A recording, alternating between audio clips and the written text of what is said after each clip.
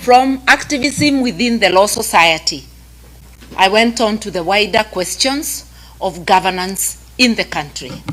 The rest is history. Here I am, still practicing.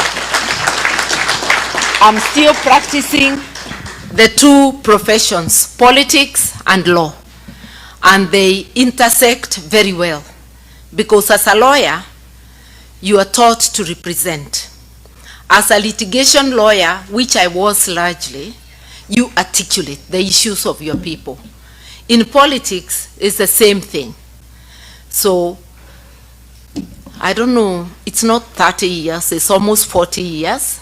Here I am, still at it.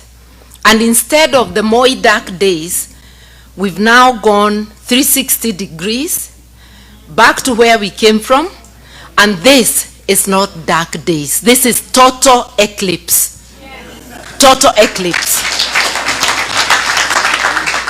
I don't remember anywhere during the Moi era other than the Wagala massacre, which was over a period of time, not a single day, where 60 or more people are killed in a single day, and it goes on and it's countrywide. I've said other than the Wagala massacre, even when there was Sabasaba and such things, we never had large mass deaths that are repeated, a system that is unrepentant, almost rejoicing, and adding insult to injury.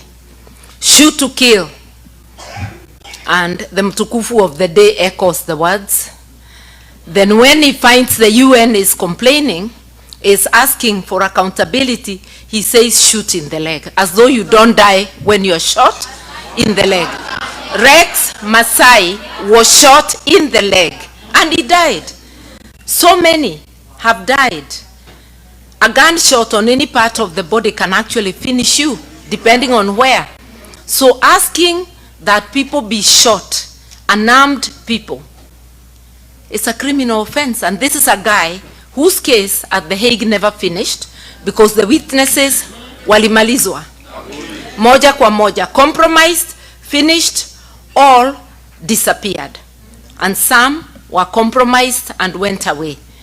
So we are saying we are living in very bad times. Moi era, we didn't have the 2010 constitution.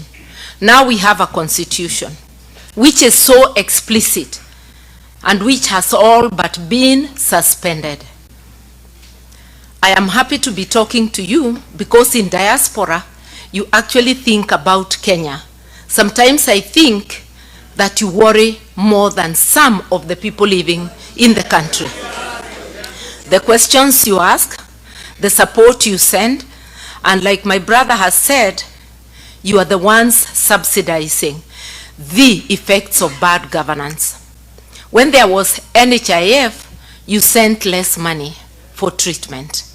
With the Shah-Chief mischief, you are now the ones shouldering the burden of health. With the defunding of education, you are the ones shouldering the burden. With the irregular remittances of support money for the aged over 70, and with those who have not yet to be registered and are not being registered, you're the ones supporting your families.